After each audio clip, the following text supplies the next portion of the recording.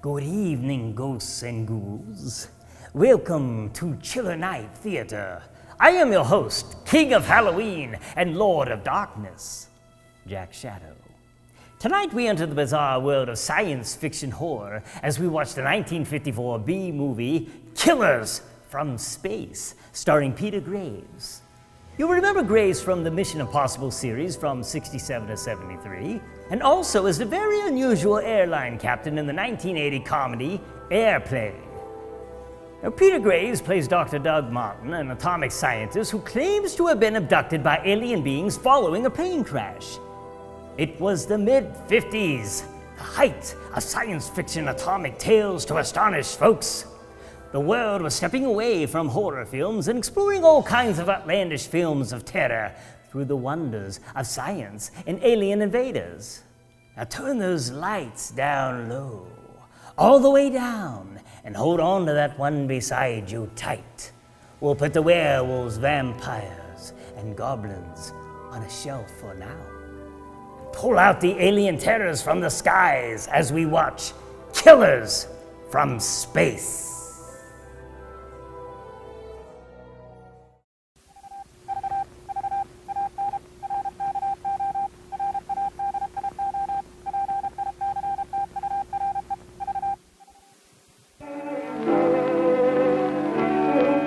Soledad Flats, Nevada. The time, 6:15 a.m.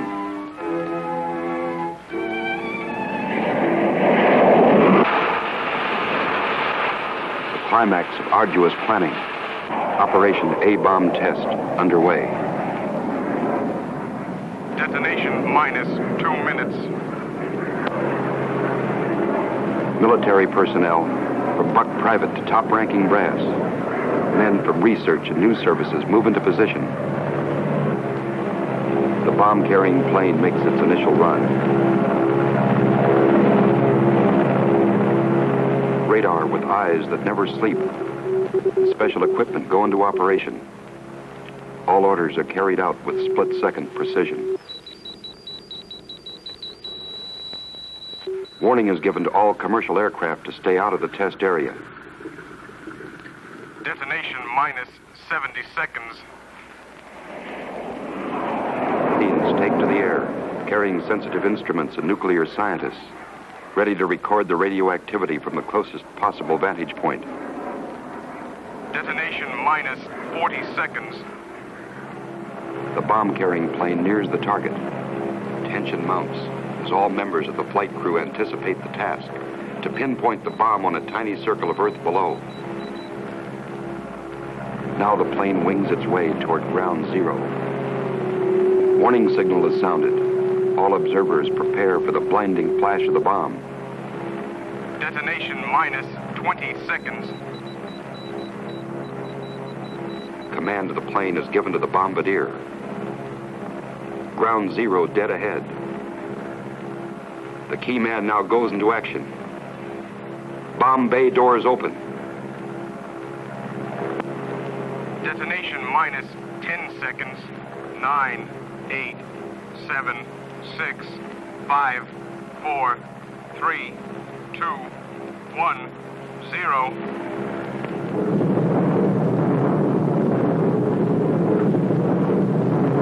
And this is the beginning.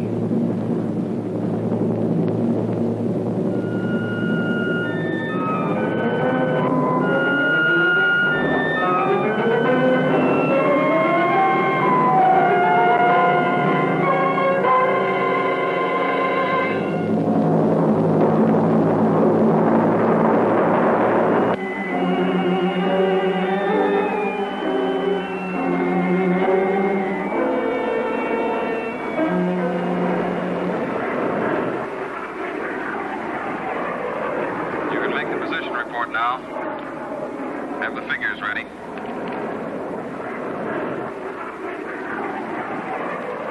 Control from Tar Baby 2. Over. Go ahead, Tar Baby 2. We're circling ground zero at radius of 7.5 miles. Altitude 15,000 feet. Airspeed 450. Stand by. Roger and over. She's all yours. This is Dr. Martin. Here are the readings. 0.378 negative, second indicator. 1.08 negative. Radiation 0.4. Over. Roger, proceed according to plan. Wilco and out.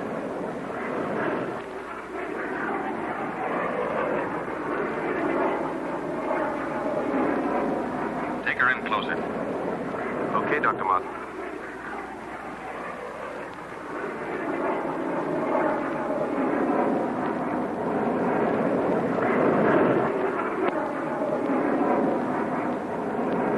We'll have to keep at least 2 miles from the center of the column. Radiation was too strong. What's that thing shining below? Looks like a fireball. Better check.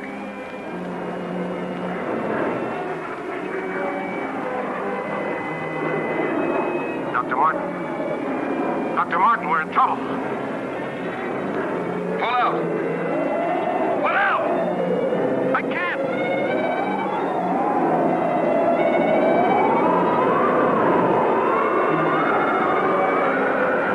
The controls are frozen.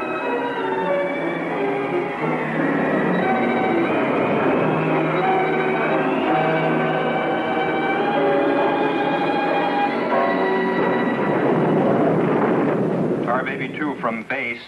Come in, Tar Baby 2.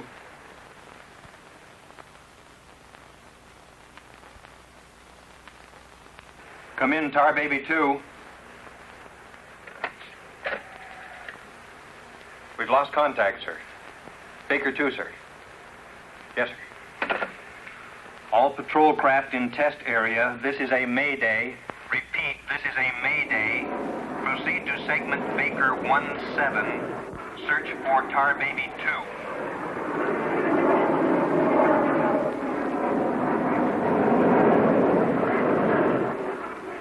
Control from Tar Baby 7.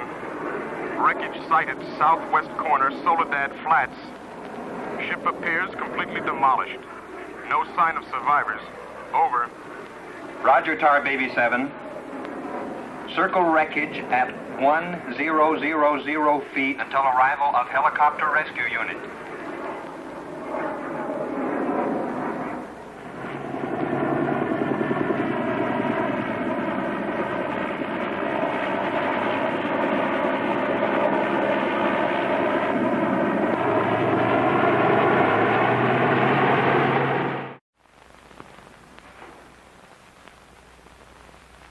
Dr. Kruger, Colonel Banks speaking. Would you mind coming into my office right away, please? Thank you. As I was saying, our search planes found the wreckage of your husband's plane, Mrs. Martin. A rescue crew was sent out, but... But they must have reached the wreckage hours ago. Why can't they find him? I honestly don't know, Mrs. Martin. Yes, come in. Ellen. Kurt. Colonel Banks. Isn't there any hope? I'm afraid not, Mrs. Martin. They found the pilot dead in the wreckage. And according to all reports, no one could have bailed out. I'm terribly sorry, Mrs. Martin.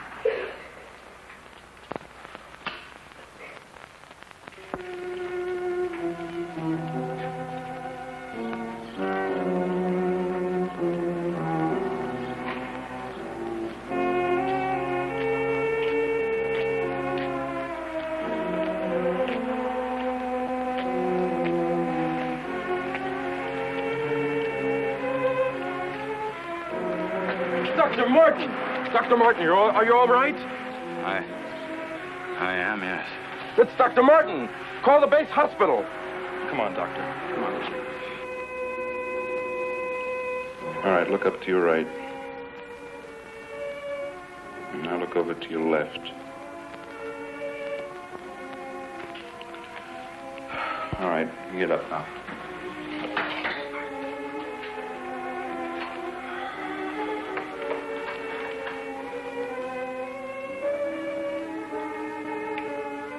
Well, everything seems all right.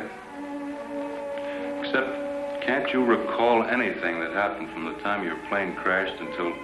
I remember the controls froze. The next thing I saw was the main gate of the base. Your plane was completely demolished, the pilot burned to death, and you show off the picture of health. Are you sure you weren't driven here? Positive. You don't remember where you got this? Mm-mm. You know, your medical chart shows no indication of any scars on your body. Well, I must have got it in a crash. Now, this was surgery. A very skillful incision. I've never had an operation. Now, that's what I don't understand.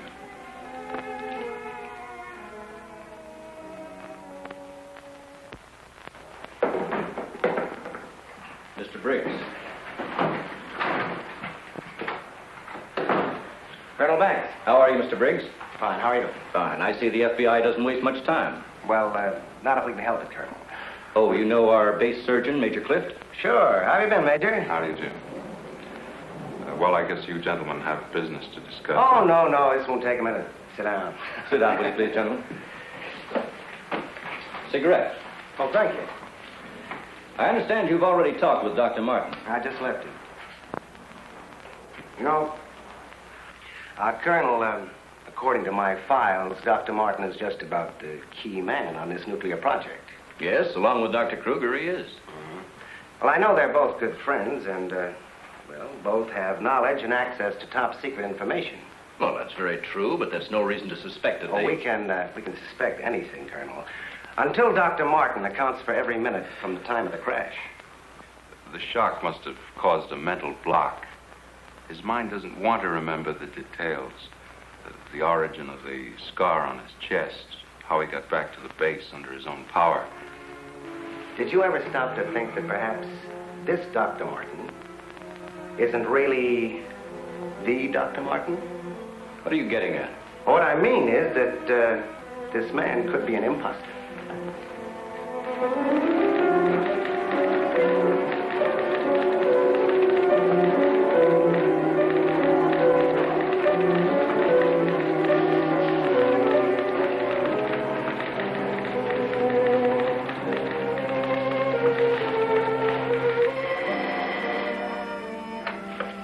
Briggs speaking. Oh, they did come through, huh? They do check. That's what I've been waiting for, thanks.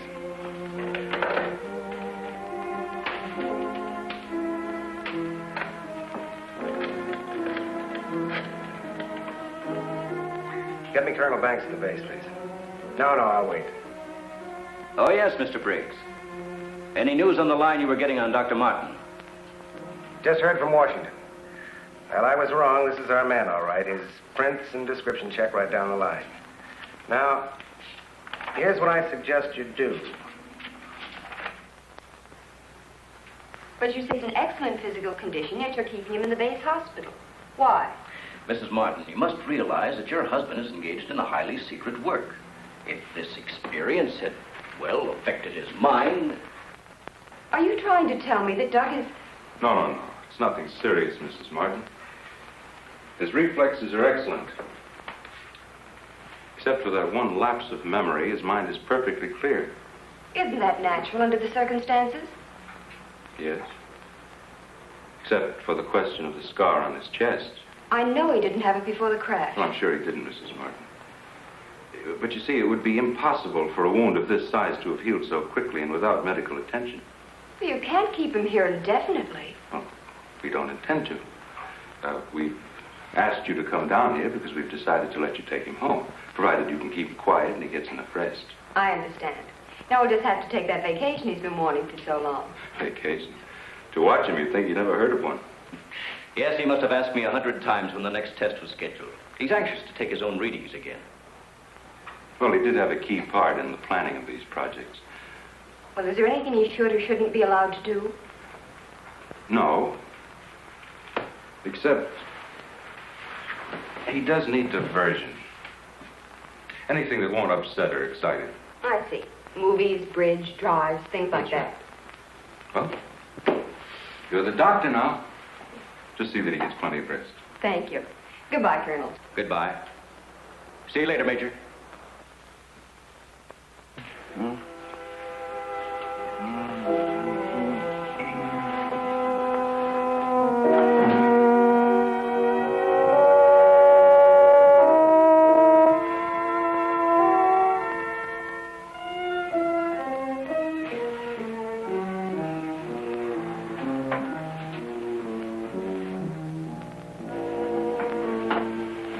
Doug, what's the matter? I can't sleep. What time is it? After 3. I think I'll get myself a glass of milk.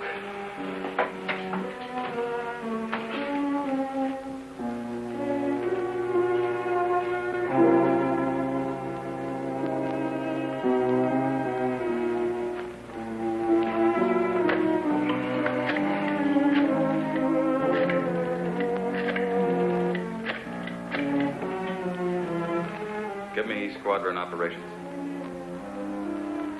Duty desk, please. Helen, what did you get up for? This is Dr. Martin calling. Who is this speaking? Sergeant Bandero. Anything I can do for you, Doctor? I wondered if there were any last-minute orders on another atomic test. What do you mean you can't tell me? Sorry, sir. Regulations. I can't give out information to anyone. No, sir. It won't do you any good to come down. All right, we'll see about that.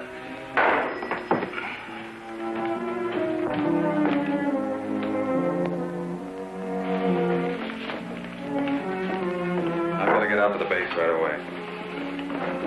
Alan, don't you agree with me? I've spent months preparing for this series of tests, and no sergeant is going to push me around now. Well, aren't you going to say anything? No. Look, I know they're ready for another test, and I should be there. Can't you understand that they don't want you around for your own good? I don't need their sympathy. There's nothing wrong with me. Then why are you acting this way? You're all on edge. If you don't slow down, I don't know what's going to happen. You really believe that, don't you? Look, Doug, if you won't take it easy for your own sake, please, do it for mine.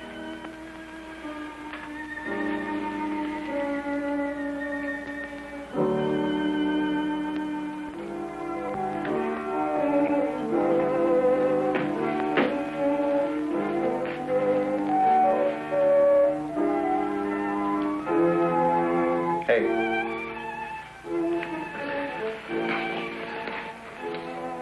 Hey, time to get up. Go away. All right, stay in bed all day. It's almost 11 o'clock. What'd you say? Said it was almost 11 o'clock? It is. Mm-hmm. Oh. You go put the coffee on while I get dressed.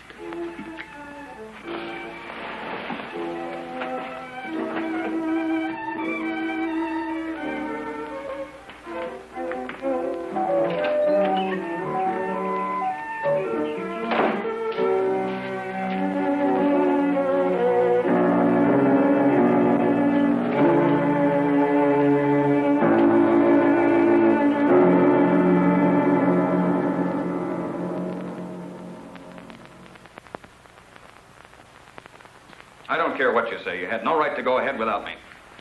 And you, Kurt, you didn't tell me either. Why? Orders, Doug. Orders? Nonsense. The least that could have been done would have been to let me know. I'm fine. I could have done my work. I hate to say this, Dr. Martin, but in your present state, you're not considered a very good security risk. Me? A security risk? My present state? What's the matter with me? How long am I to be considered? Only temporarily. The results of the test will be available for your study when you return to work. I am ready, Colonel. To us, you're still a very sick man. My advice to you is to go home and relax, as you were ordered. Relax, relax. And if I don't? Then you'll be confined to the base hospital till you change your mind. Now, what's it going to be?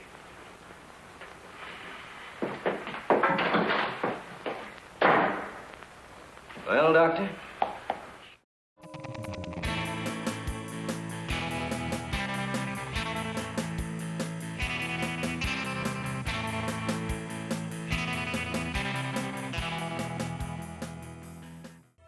Dr. Doug Martin is not a happy man.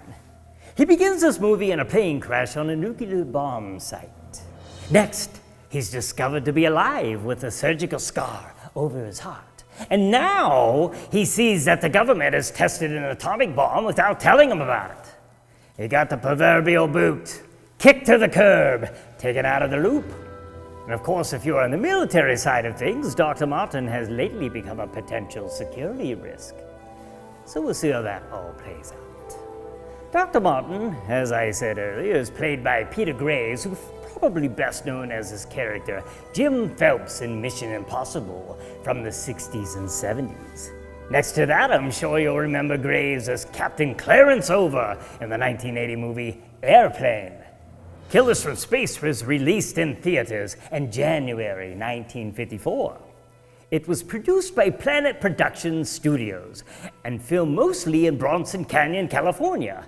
Now, if the landscape looks familiar, and it should, it's because many films and TV shows were filmed there over the years.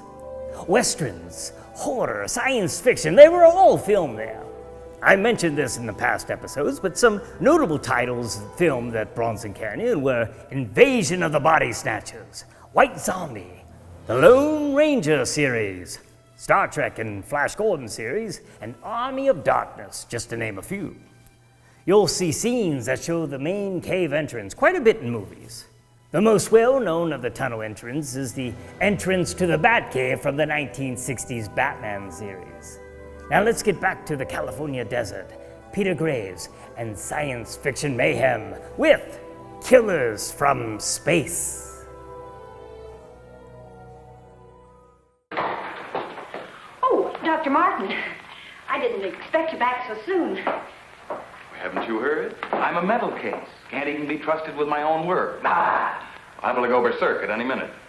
Colonel Banks will fill you in on the details.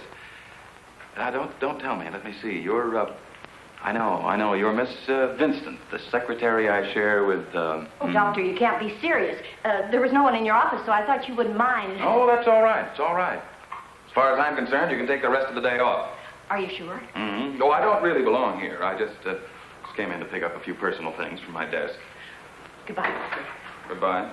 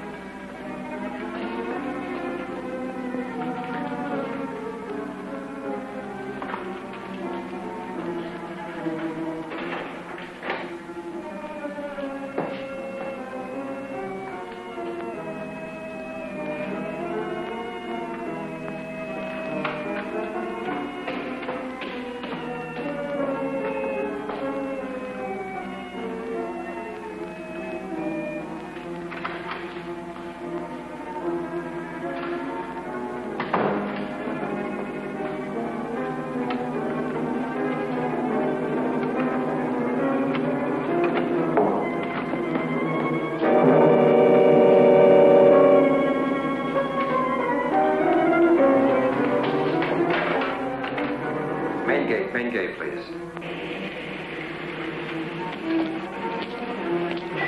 Just a minute, Doctor. Main gate, Sergeant Powers. Dr. Kruger? Dr. Kruger. No, he checked out. Yeah, about 20 minutes ago. Okay. Sorry to keep you waiting, Doctor. That's all right. Okay, Doctor. Will you sign out, please? We'll post a couple of men outside of Dr. Kruger's office. Give me Colonel Banks at the Officers Club. Thank you, Doctor. Good night.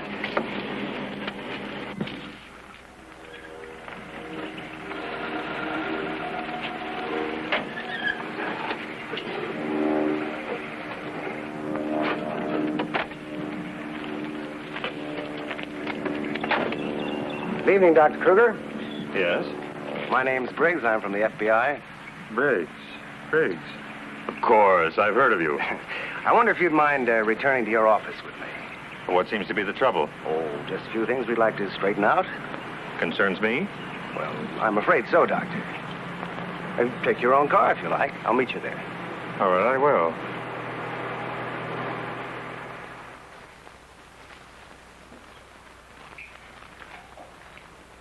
The papers seem to be intact.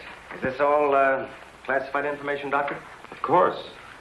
You know, according to security regulations, that vault should have been locked before you left. But I'm certain I did lock it. All right, then tell me this. Who besides yourself has access to the combination? Well, the colonel here and Dr. Martin. Dr. Martin.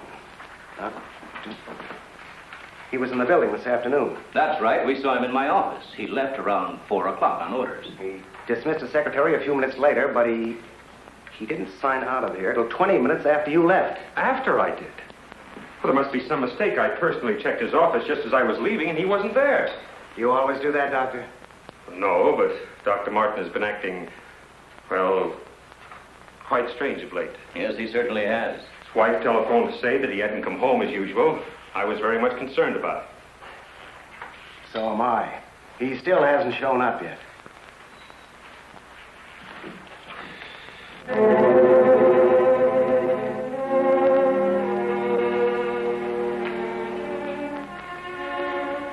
What kind of pipe tobacco do you use, Dr. Kruger? Me? Why, I don't smoke at all. Did you, Colonel? Cigarettes? What are you driving at? That's funny. How long has Dr. Martin been using this brand of tobacco? Well, I really don't know. Why? Now, Mrs. Martin, you say you have no idea where he could be at this hour.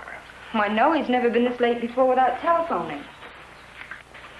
Well, I hate to ask this, but have you ever had any suspicion that there might be another woman? Certainly not. I'm sorry, Mrs. Martin. Just why are you asking me these questions? Well, let's put it this way. Has he made any new friends lately? You know, people not in the usual group. No, the only people we've seen in months have been connected with the Institute. Excuse me. Hello? Yes, just a moment. It's for you, Mr. Briggs. Oh, thank you.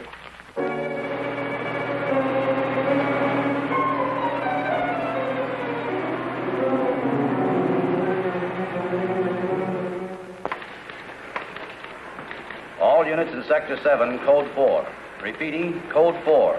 Be on the lookout for two-tone coupe. License number 1W67713. Repeating, all units, Code 4. Missing, Dr. Douglas P. as in Paul Martin. Male Caucasian, 32 years of age. Height 6'3". Weight 195 pounds. Color of hair blonde. Color of eyes blue. Last seen driving coupe. License number 1W67713.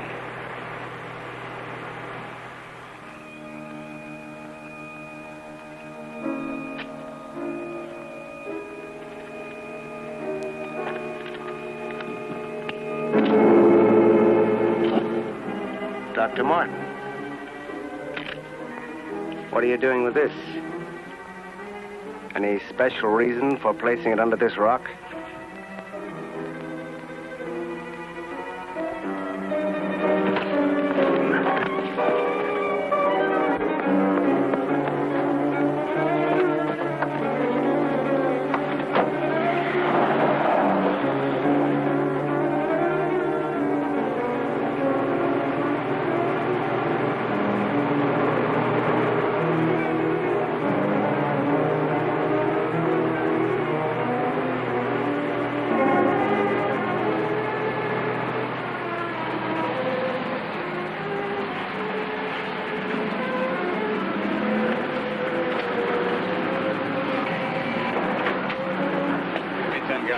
Okay.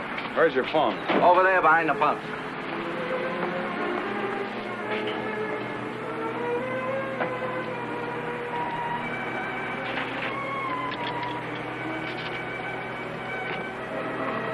Operator, give me Crestview 95359. All units in Sector 7, Code 4. Repeating, Code 4. Be on lookout for two-tone coupe. License number 1W67713. Operator, you sure you're dialing the right number? We'll try it again, will you? It's my home. There ought to be someone there now. At junction of Highway 66 and Beach. Ambulance en route. Car 17, Code 7, 4th and Roberts. Suspects may be armed. Repeating, Code 2 to all units. Dr. Douglas P. as in Paul Martin. Male Caucasian, 32 years of age. Height 6'3". Weight 195 pounds. Color of hair blonde. Color of eyes blue. Missing, Dr. Douglas P. as in Paul Martin. Male Caucasian. Repeating, Code 2 to all units. Hey, mister!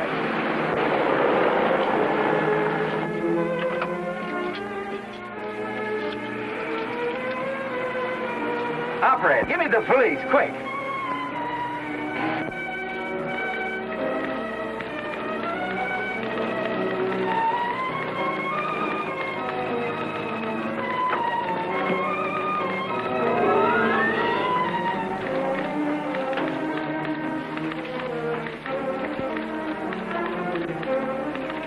Calling car 6.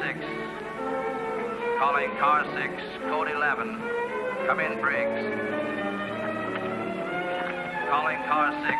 Calling car 6, Code 11. Code 11, Central calling. Come in, Briggs. Hello, Central. Hello, Central. This is Briggs. This is Briggs. Come in. Subject, Dr. Douglas Martin, last seen en route 61, heading toward North Junction. Stopped at gas station, corner of Ridgewood and Mills Road. Acknowledge. Roger. Briggs out.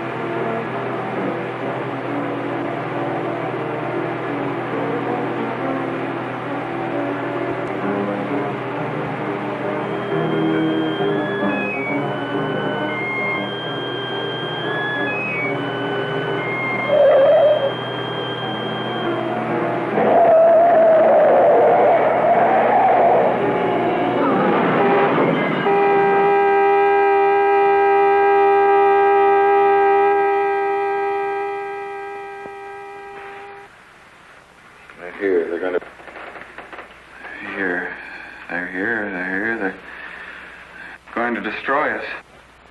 He's coming out of it. It's all right, Dr. Martin. You're with friends. You'll be all right. Now, let me go. Let me go. Steady now, steady, Doc. He'll kill everyone. We've got to stop now. Easy, Doug, easy.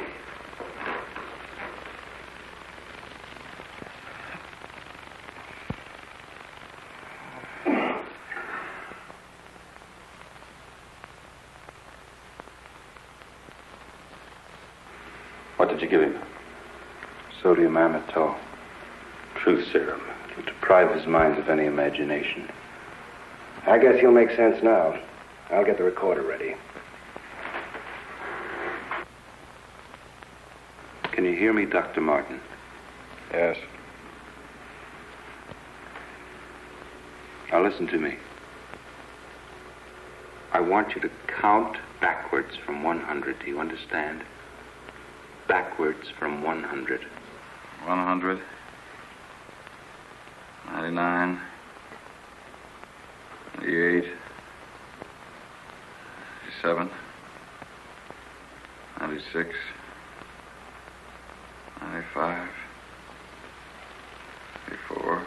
Or you can ask him questions now. Dr. Martin, what were you doing with the information you took from Dr. Kruger's vault? I was delivering it. Delivering it? But where? To the rocks in Soledad Flats? Yes. To Soledad Flats. There where we crashed. I was delivering it, just as I was ordered. Who ordered you to do this, Dr. Martin? I'll tell you the whole story. I remember we were circling the atomic cloud. There was an object glowing beneath us at Soledad Flats. We were going down to investigate. Controls jammed. Couldn't pull out. When I regained consciousness, I was on a table. Next thing I knew, they were coming at me. Strange people. Their eyes, those horrible eyes. They didn't speak. I could see something strange and eerie pulsating in front of me. Then one of them lowered it toward my chest. It was my own heart.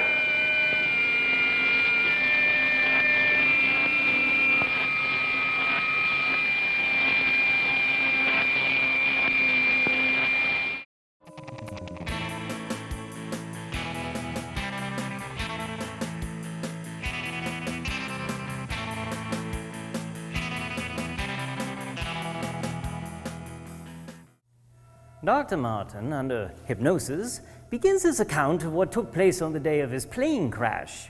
He tells a strange tale of waking up in a dark room surrounded by Muppet-eyed aliens. The beings are conducting a medical experiment on him. He sees his own heart suspended above his body, and he's strapped to a table. There have been thousands of people over the course of decades who have reported stories of their own alien abductions.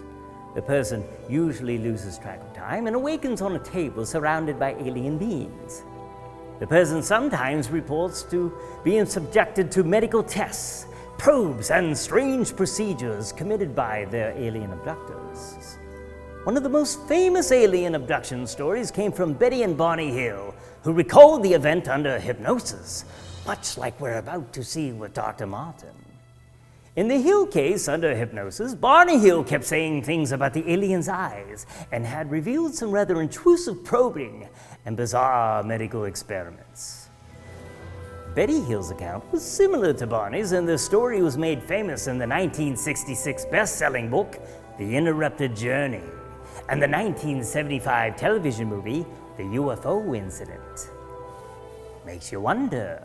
Thousands of people with similar stories, many under hypnosis. Now let's see what Dr. Martin reveals in his alien abduction experience as we return to Killers from Space.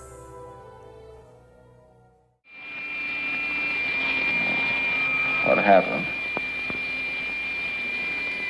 What is this place? Who are you? What are you doing to me? Can't you speak? Who are you?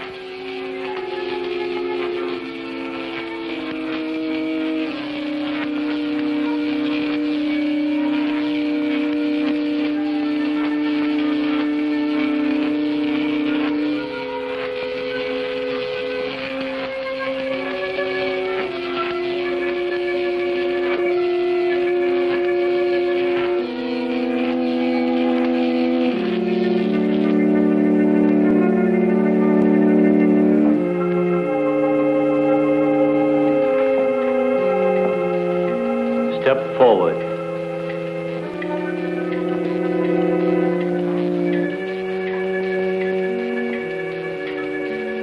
Dr. Martin, I see you are quite well. You have recovered from your unfortunate accident. Who are you?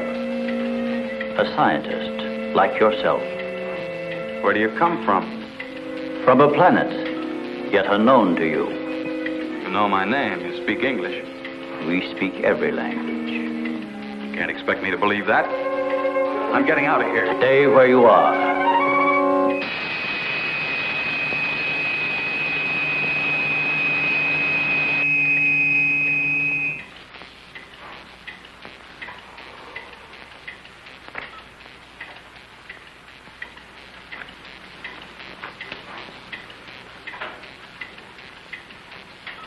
Who are you?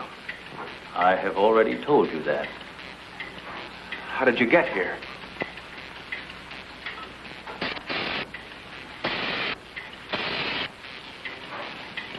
Here. In our machines magnetically propelled across the electron bridge we have created. Electron bridge?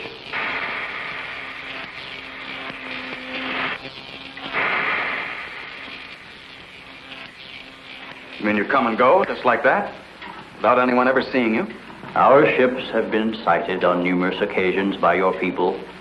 Then why haven't we been able to track one down? We have a warning system similar to your primitive radar. Our machines are set to change course at the mere approach of a pursuing object. Let's say I do believe you. Where are we right now?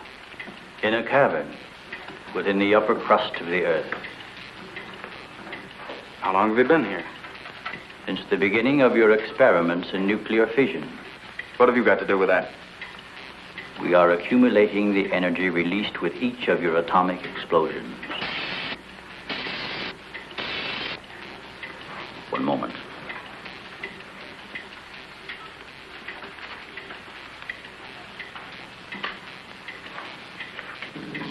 No, I here, here, here. No, here, here. I let it. Now, Nino. Nino. Never, Nino. Yeah, rather. Yes, Nino. Yeah, Nino. How needed it. What was that? A report from the monitor we sent to the surface to obtain the results of your last nuclear test. Results? They'll take days to analyze and compute. I think you will find these figures are correct.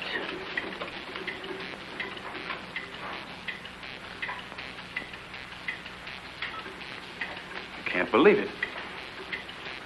Where is that man? You don't recognize the area? No.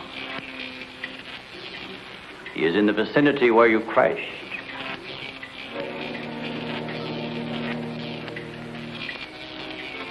That rock was glowing. A normal reaction in view of the amount of radiation absorbed. You have a remarkable memory, Doctor, considering the fact that you did not survive the crash. What do you mean? The mechanism of your heart had ceased to function. It was necessary for us to revive it. You were dead. I was dead? So that's what they were doing. You didn't even try to help the pilot. Why did you save me? Because we had an important need of your services. Such as?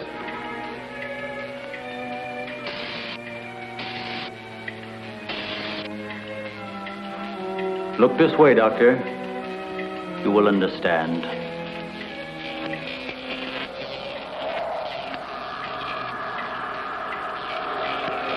Here, Doctor. You are the first of your world to be looking at our solar system, the Astron. This is our planet, Astron Delta.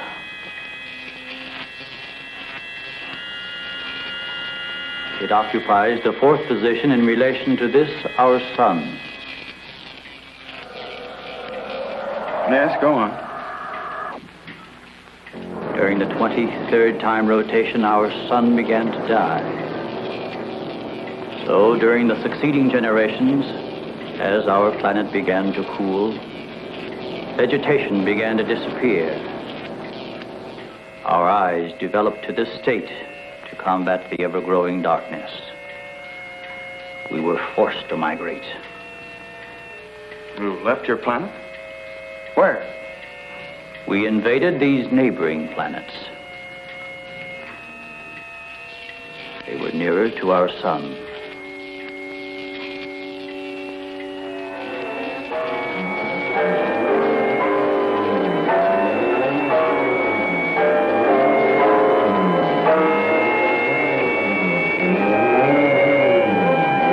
You just moved in and took over?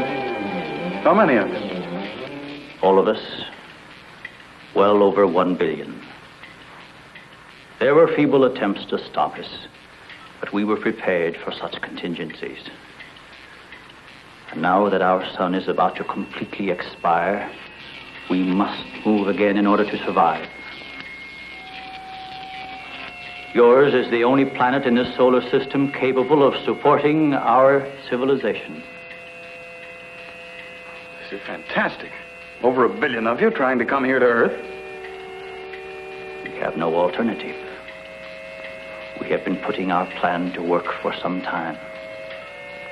At the proper moment, the invasion will be launched from our platforms, which are being readied in space. Nothing can stop us.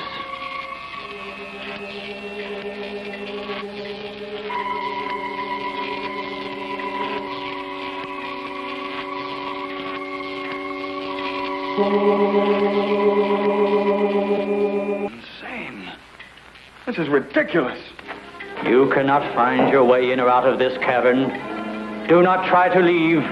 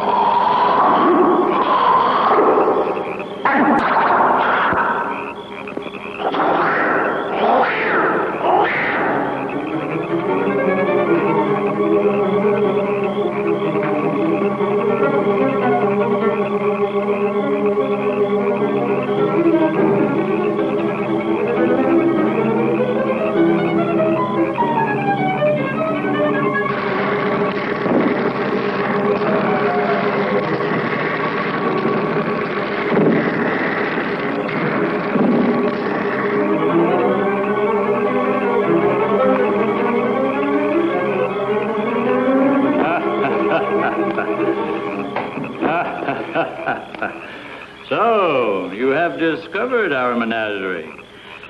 Don't you think you will be more at ease on this side of the cage?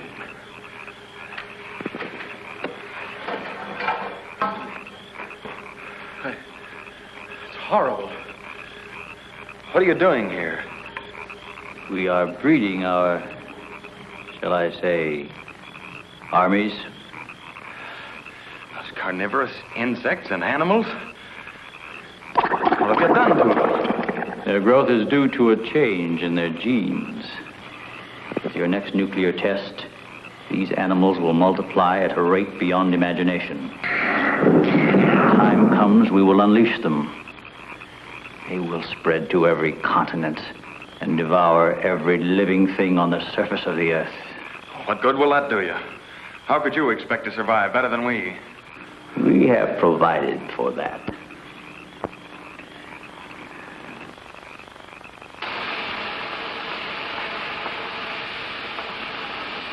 No, Doctor. Look over there.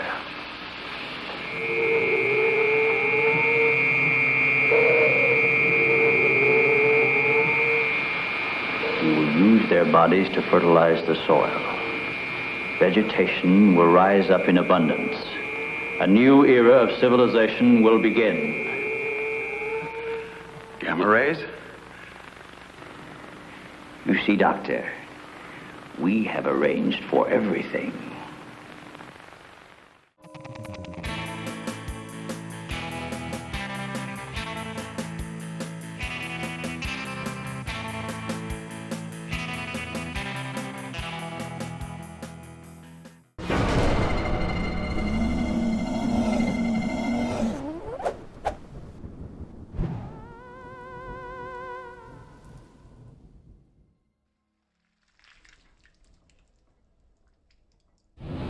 Graves, get up here quickly! I've got an idea! This film has inspired me. And bring the witch. Look, let's just see what the boss wants, okay? You called, Your Excellency? Yes! Bring me a zombie! I will use his brute strength and unbridled loyalty as a means of conquering the world. When the humans see one of their dead walking the earth, they will know of our power and be forced to submit to our might. You know, an airstrike or, like a nuke would probably get their attention a little more. How exactly is a zombie walking the earth going to take over the world? The zombie will walk the earth, and You scare people. Yes, that's good. A good scaring will do the trick. Mark my words. That really doesn't sound like that great a plan, Chief. Plan? Ha, that's it. This will be my Plan 9 from outer space. 9? But we're not even in outer space. Does that count? I want results, not excuses. But what about the other 8? Yeah, the 8 other plans. Silence! Mere technicalities. You find me a zombie, and you find me some space aliens. Quickly, let's do this, people! Right? I'll get a Where shovel. am I gonna Just find do what he aliens? says. He's You the got boss. zombies Just do what he everywhere. says. Look, he's paying the bills, all right? Just let me find a shovel. Come on, George.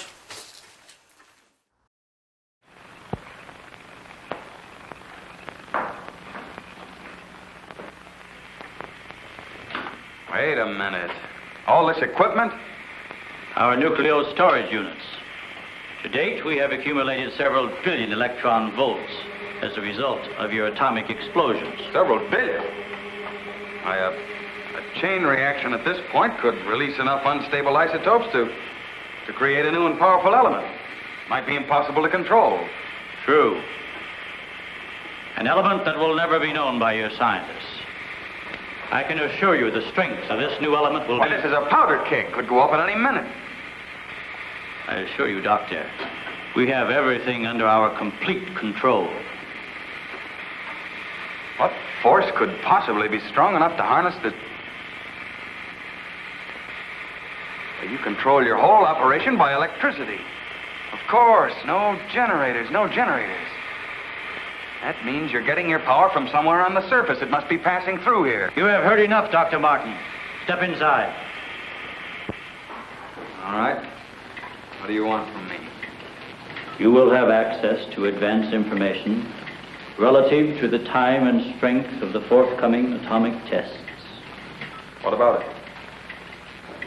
You will provide us with that information as soon as it is available. I see.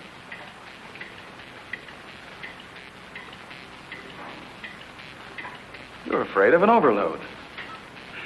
You can't tap enough electricity wherever you get it from to control a strong enough charge.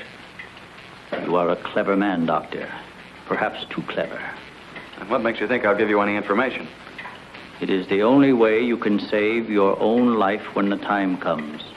You will be transported to one of our platforms in space and resettled here when our operation is completed. You're asking me to sabotage the entire world, 3 billion people. They are doomed in any case. Yeah? I guess there's no alternative. I'll have to do as you say. You are lying, Doctor. Your only wish is to betray us. No. I know.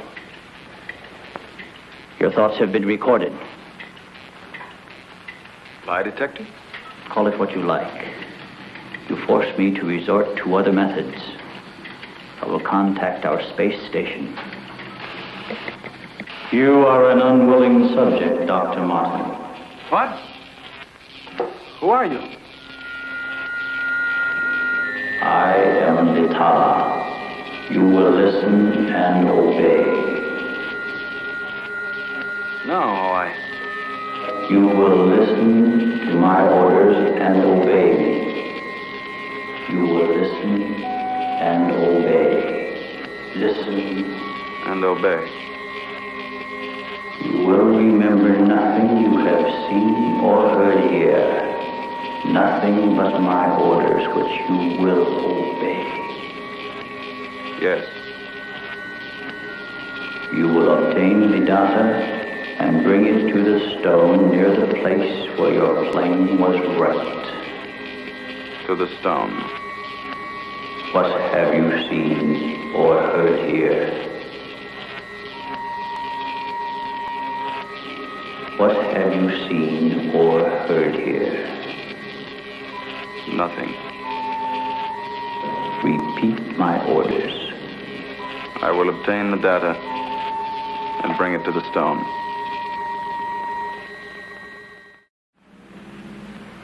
Well, that's what I did. I took the information to where they told me. I didn't realize I was being mesmerized.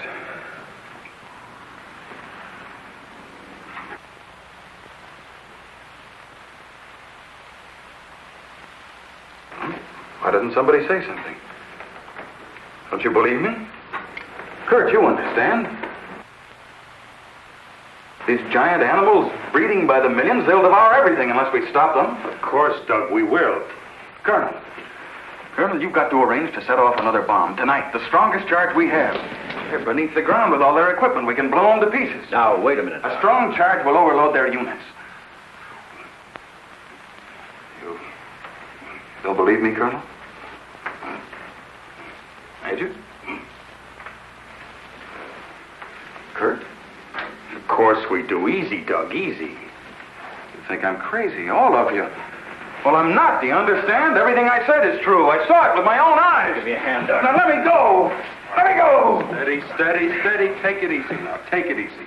We'll talk this whole thing over.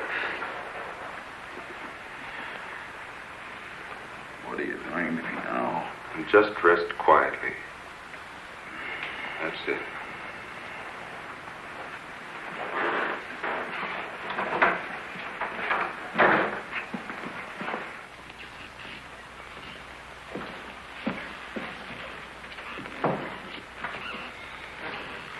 Mrs. Martin should be along any minute now. She went for their car. What'll I tell her? Well, he's in a state of shock. Tell her he's resting quietly. If you'll excuse me, I think I'd better wait for her at the information desk. Well, Dr. Martin seems to be indestructible, except for those hallucinations. Those weren't hallucinations, Colonel. Under the influence of sodium amytal, a patient loses all control of his imagination. Well, then he shouldn't be able to fabricate those stories. That's right. Major, you're not trying to tell us that everything he said was true. Look, gentlemen, I can only give you the medical facts. As for the rest, you'll have to decide for yourself. Excuse me, please.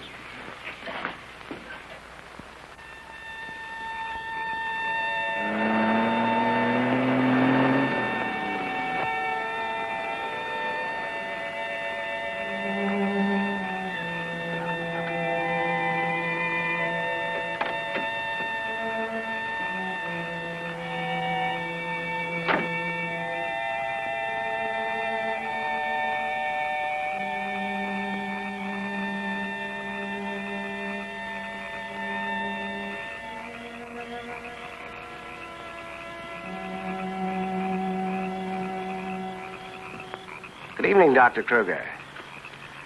Chilly, isn't it? Oh, Mr. Briggs, you startled me. I didn't expect to see anyone here. Well, neither did I, Doctor. Well, I suppose you want me to explain why I'm here. Mm-hmm. I want to believe Doug. We've worked together a long time. Anyway, I just had to come out here and check for myself. Check what, Doctor?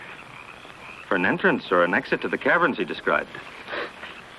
I'm afraid you're wasting your time. Have a cigarette, Doctor? No, thank you. See, we've already covered the entire area. We couldn't find a thing. Then, what about that scar? I'd like to see you disprove that. Oh, Mrs. Martin. Oh. How is he, Doctor? Oh, he's resting fine. I think he'll be all right. How's the car?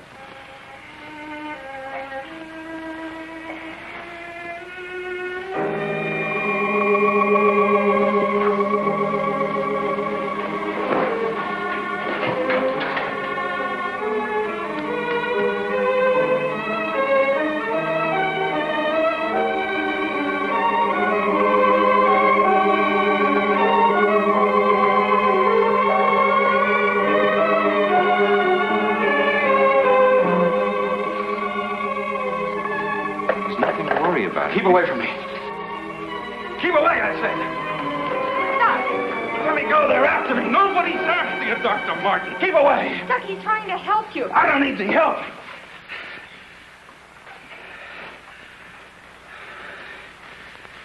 I want to see Kurt right away. Now, you control yourself. And I'll call him just as soon as you get back to your room.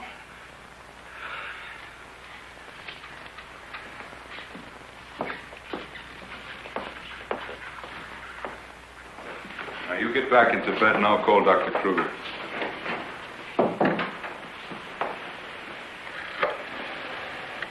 I've got to figure something out before he gets here. I need a pencil, some paper, and a slide rule. I'll see that you get it. Oh, can I have Dr. Kruger, please?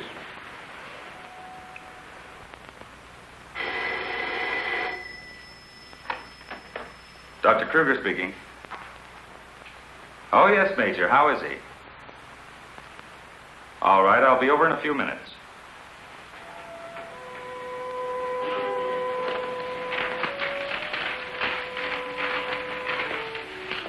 Doug. Doug.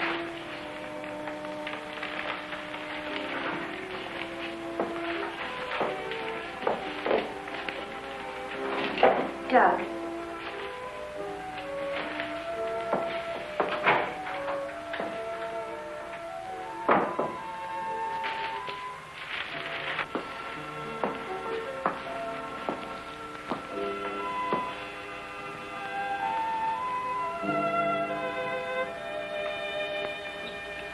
Kurt.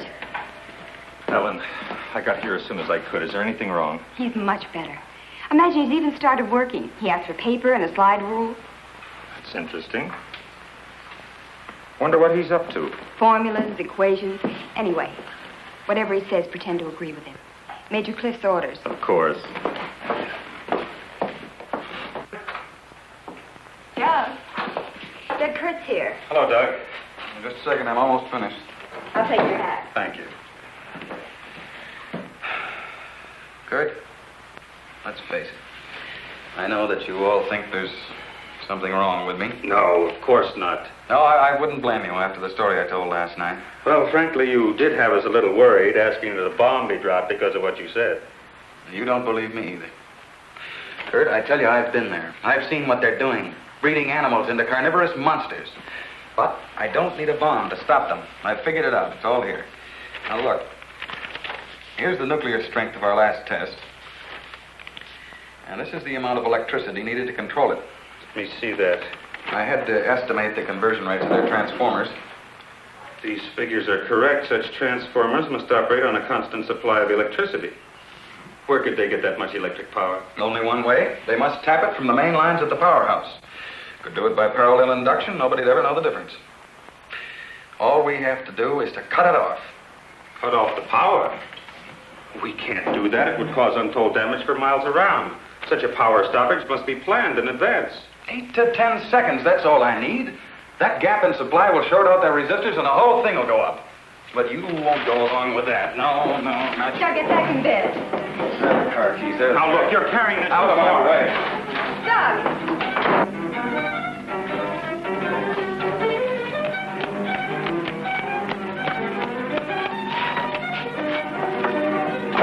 Please call the main gate and try to stop Dr. Martin.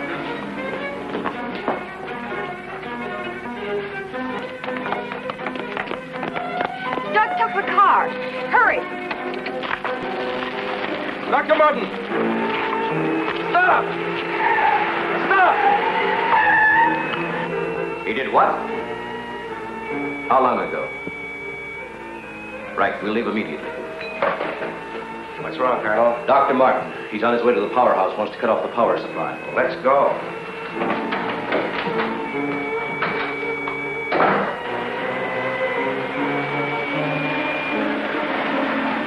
I couldn't stop him, Doctor. He went that way.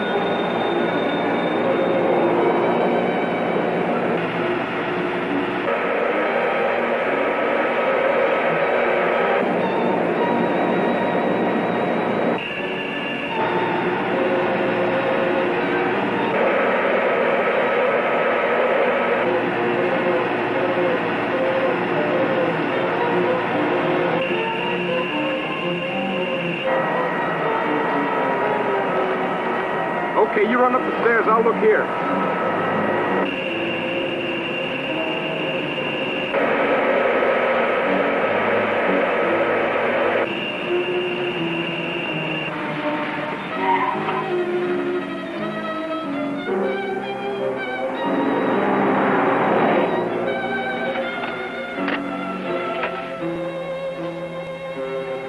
There's his car. Come on, hurry.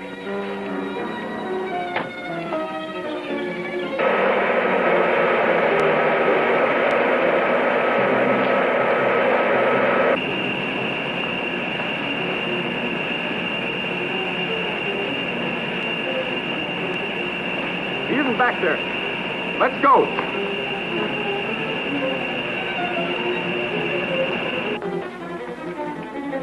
Where's the driver of this car? He went into the building.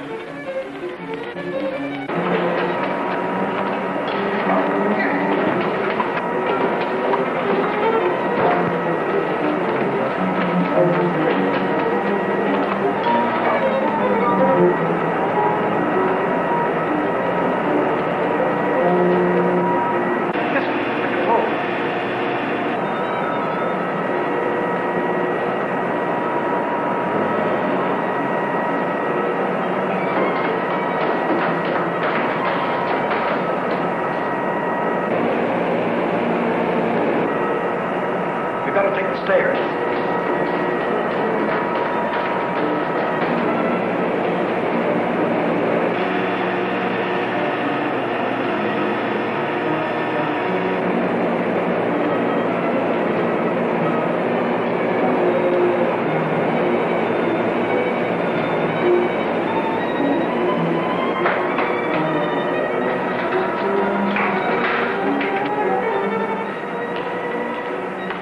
What do you want? Where are the main switches? Hey, what's the matter with you? You sleepwalking or something, mister? Where are the switches that control the Soledad Flats area? I said, where are they? This way. Oh. Control room. Yeah. uh-huh.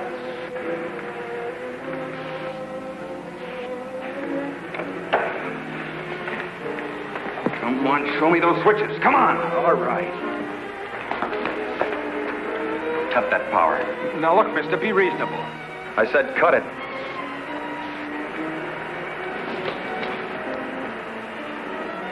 Now the next one.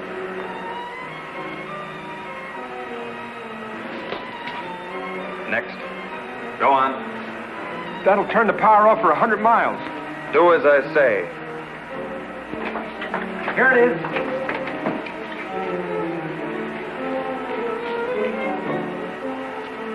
Stay where you are. Put down that gun, Dr. Martin. I'm warning you, Colonel. Come any closer and I'll kill you. Now the next one. What's this one? That's the master switch. Cut it. Doug, please, don't. I said cut it. Get back or I'll kill him. Go on, get back. Go on, get back. Do as he says.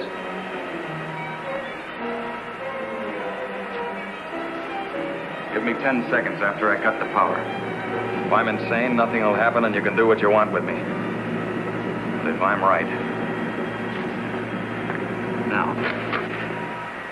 1, 2, 3, 4, 5, 6, 7, 8. Over here.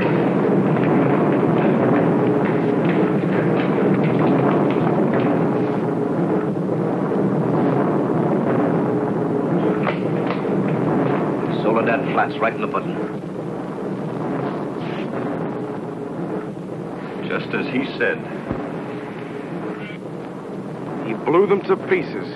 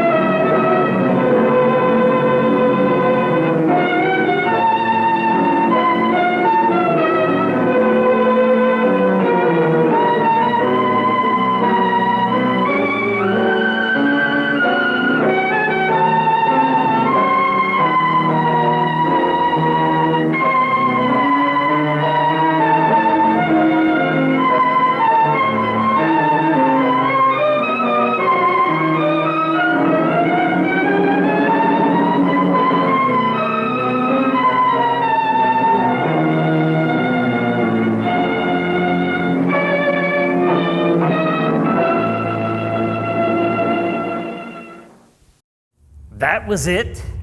That was the ending? You don't think there should have been a battle between Earth and the invading aliens? Between good and evil? Something? I don't know, like more? No? Oh, okay, just checking. Well, I hope you enjoyed the movie tonight.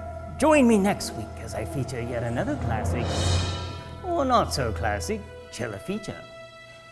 Have a frightening night, and I'll see you next week. Until then, I bid you adieu, my children of the night.